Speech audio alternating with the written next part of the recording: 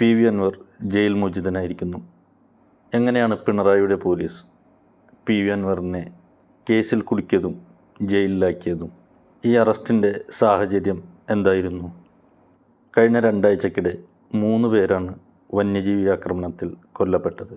ശനിയാഴ്ച രാത്രി 7 മണിക്കുണ്ടായ സംഭവം നമ്മളെല്ലാവരെയും വളരെയധികം വേദനിപ്പിച്ച ഒരു കാര്യമാണ്.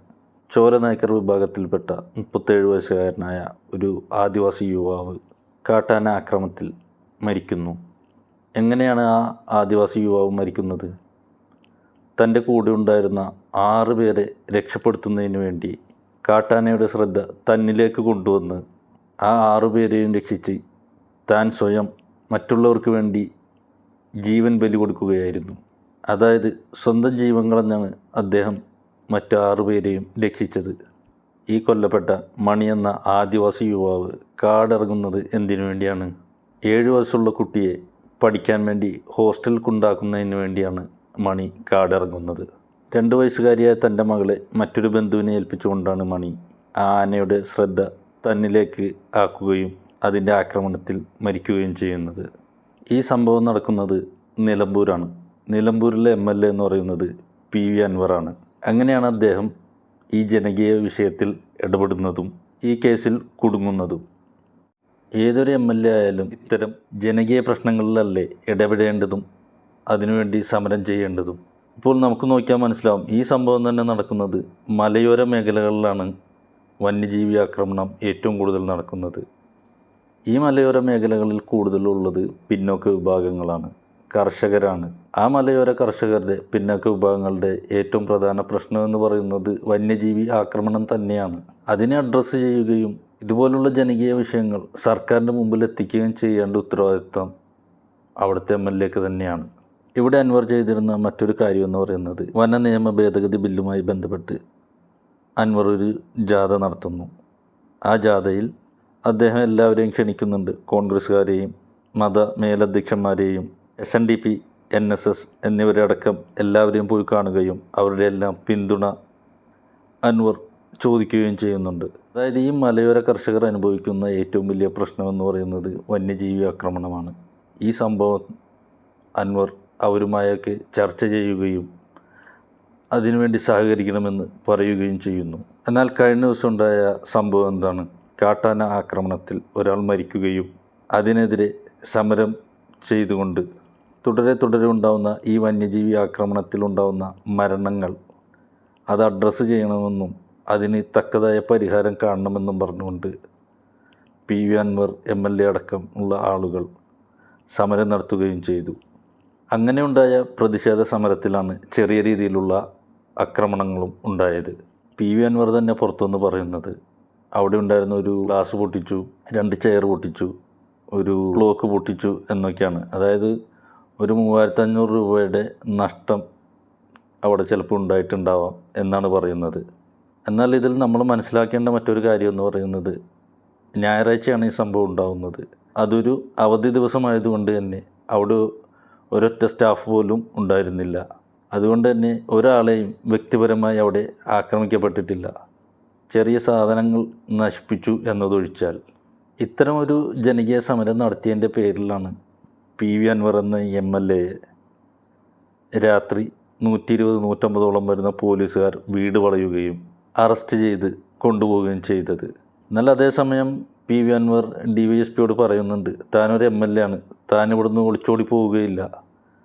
ഒരു നോട്ടീസ് അയച്ചാൽ അല്ലെങ്കിൽ ഒരു പോലീസുകാരനെ വിട്ടാൽ താൻ സ്റ്റേഷനിൽ വന്ന് കീഴടങ്ങും. പിന്നെ എന്തിനാണ് നിങ്ങൾ ഇത്രയും പോലീസുകാരെയും കൂട്ടി വന്ന് ഒരു നാടകം പിണറായിക്ക് വേണ്ടി കളിക്കുന്നതെന്നാണ് ചോദിക്കുന്നത്. എന്നാൽ ഇതുപോലുള്ള ജനകീയ സമരങ്ങൾ നടത്തുന്ന ആളുകളോടുള്ള സർക്കാരിൻ്റെ സമീപനം എങ്ങനെയാണ് വേണ്ടത്? ഇപ്പോൾ CPM സർക്കാർ എന്ന് പറയുന്നത് വലുതും ചെറുതുമായ എത്രയോ സമരങ്ങൾ ചെയ്തവരാണ് അവരാണ് ഈ ജനകീയ സമരത്തെ എതിർക്കുന്നതും ഇത് ശരിയല്ല എന്ന മട്ടിൽ ആ MLAയെ അറസ്റ്റ് ചെയ്യുന്നതും. അതായത് രാത്രി 7 മണിയോടുകൂടി 120 വരുന്ന പോലീസുകാർ പി വി അൻവർ MLAയുടെ വീട് വളയുകയും 9:30 അദ്ദേഹത്തെ അറസ്റ്റ് ചെയ്യുകയും ചെയ്തു. ഇത്ര അടിയന്തരമായി രാത്രി തന്നെ പി വി അൻവർ MLAയെ അറസ്റ്റ് ചെയ്ത് കൊണ്ടുപോകേണ്ട കാര്യമുണ്ടോ? പൊതുമുതൽ നശിപ്പിച്ചു എന്നുള്ളതാണ് അറസ്റ്റിൻ്റെ ഒരു കാരണം. ഇതിലും വലിയ പൊതുമുതൽ നശിപ്പിക്കൽ നിയമസഭയിൽ നമ്മൾ കണ്ടിട്ടുള്ളതാണ്. അന്ന് പൊതുമുതൽ നശിപ്പിച്ച പല MLA-മാരും ഇന്ന് മന്ത്രിമാരായും MLA-മാരായും തന്നെ ഇന്നും തുടരുകയാണ്. അങ്ങനെ അന്ന് CPM MLA-മാരായ ആളുകൾ നശിപ്പിച്ച നിയമസഭയിലെ പൊതുമുതൽ 2-2.5 ലക്ഷത്തോളം രൂപയുടെ മുതലാണ്. അതുമായി ബന്ധപ്പെട്ട കേസ് കീഴ്ക്കോടതിയിൽ നിന്ന് സുപ്രീം കോടതി വരെ പോവുകയും അതിനുവേണ്ടി സർക്കാർ അവർ തന്നെ CPM MLA-മാർ നശിപ്പിച്ച പൊതുമുതലിൻ്റെ കേസുമായി ബന്ധപ്പെട്ട് പൊതുഖജനാവിൽ നിന്നുള്ള പണമെടുത്തുകൊണ്ടാണ് ആ കേസ് നടത്തുകയും ചെയ്തത്. ആ CPM ആണ് ഇപ്പോൾ പറയുന്നത് പൊതുമുതൽ നശിപ്പിച്ചു എന്ന പേരിൽ PV അൻവർ MLA-യെ അറസ്റ്റ് ചെയ്യുന്നുവെന്ന്. ഈ അറസ്റ്റിൻ്റെ പിന്നിലുള്ള കാരണം എന്താണെന്ന് ഈ നാട്ടിലുള്ള എല്ലാവർക്കും വളരെ വ്യക്തമാണ്. ഇത് രാഷ്ട്രീയ പകപോക്കലാണ്. കാരണം കഴിഞ്ഞ കുറച്ച് നാളുകളായിട്ട് PV അൻവർ MLA മുഖ്യമന്ത്രിക്കെതിരെയും P ശശിക്കെതിരെയും നടത്തുന്ന ആരോപണങ്ങളാണ്. ഇത്തരം ആരോപണങ്ങൾ ഉന്നയിക്കുന്നവരെ പോലീസിനെ വിട്ട് അറസ്റ്റ് ചെയ്യിക്കുകയും ജയിലിലടയ്ക്കുകയും ചെയ്യുക എന്ന് പറയുന്നത് ഭരണകൂട ഭീകരത തന്നെയാണ്. എന്നാൽ ഈ അറസ്റ്റ് ഏറ്റവും കൂടുതൽ ഉപകാരപ്പെട്ടത് PV അൻവർ MLA-ക്ക് തന്നെയാണ്. കാരണം കഴിഞ്ഞ കുറച്ച് നാളായി ആരും ശ്രദ്ധിക്കപ്പെടാതെ ഒരു മുന്നണിയുടെയും ഭാഗമല്ലാതെ ഒറ്റപ്പെട്ട് നിന്ന PV അൻവർ MLA-യെ അറസ്റ്റിലൂടെ അദ്ദേഹത്തിന് കോൺഗ്രസ്സിലേക്കുള്ള വാതിൽ തുറക്കുന്നതിന്, അതായത് കോൺഗ്രസ്സിലേക്കുള്ള വാതിൽ എളുപ്പത്തിൽ തുറന്നു കൊടുക്കുന്ന ഒരു കാര്യമാണ് പിണറായി വിജയൻ്റെ പോലീസിൻ്റെ അറസ്റ്റിലൂടെ ഉണ്ടായിരിക്കുന്നത്. അതായത് ഇന്നലെ വരെ PV അൻവറുമായി കൈകൊടുക്കാൻ മടിച്ചിരുന്ന UDF ഇന്നിപ്പോൾ PV അൻവറിന് പൂർണ്ണ പിന്തുണ നൽകിയിരിക്കുകയാണ്. അവരെല്ലാവരും പറയുന്നത് പിണറായി വിജയൻ്റെ പോലീസ് ചെയ്തിരിക്കുന്നത് ഭരണകൂട ഭീകരതയാണ് എന്നാണ്, ഇത് പകപോക്കലാണ് എന്നാണ് പറഞ്ഞിരിക്കുന്നത്. അതുകൊണ്ട് തന്നെ PV അൻവറിന് പൂർണ്ണ പിന്തുണ UDF കൊടുത്തിരിക്കുന്നുവെന്നുമാണ്. ഇത്തരം ജനകീയ പ്രശ്നങ്ങളിൽ ഒരു MLA ഇടപെടുമ്പോൾ അതിനോട് സഹകരിക്കുന്നതിന് പകരം ആ MLA-യോട് അനീതിയാണ് സർക്കാർ കാണിച്ചിരിക്കുന്നതെന്നാണ് UDF പറയുന്നത്. അതായത് മുസ്ലിം ലീഗിൻ്റെ കുഞ്ഞാലിക്കുട്ടിയടക്കം KPCC പ്രസിഡന്റ് K സുധാകരനടക്കം എന്തിനേറെ പറയുന്നു PV അൻവർ MLA-യുമായി നിരന്തരം കൊമ്പുകോർത്ത VD സതീശൻ, പ്രതിപക്ഷ നേതാവ് VD സതീശൻ അടക്കം അദ്ദേഹത്തിന് പിന്തുണ പ്രഖ്യാപിച്ചിരിക്കുകയാണ്. അതുകൊണ്ട് തന്നെയാണ് ജയിൽ മോചിതനായ PV അൻവർ MLA പറയുന്നത് ഇനി ഒറ്റയാൾ സമരമില്ല, UDF-മായി ചേർന്ന് ഒന്നിച്ചുള്ള ഒരു സമരത്തിനാണ് ഞങ്ങളിനി മുന്നിട്ടിറങ്ങാൻ പോകുന്നത് എന്നാണ്.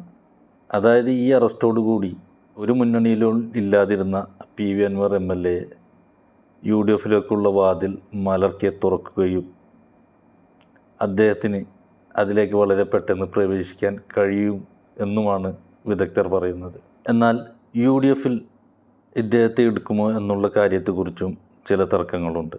കാരണം പ്രതിപക്ഷ നേതാവ് VD സതീശനെതിരെ അഴിമതി ആരോപണവും രാഹുൽ ഗാന്ധിക്കെതിരെയുള്ള ആരോപണവും ആ രണ്ട് കാര്യങ്ങളും പറഞ്ഞത് തെറ്റായിപ്പോയെന്നും തിരുത്തിയിട്ടല്ലാതെ UDF-ലേക്ക് പ്രവേശിക്കാൻ കഴിയില്ല എന്നുമാണ് ഒരു വിഭാഗം പറയുന്നത്.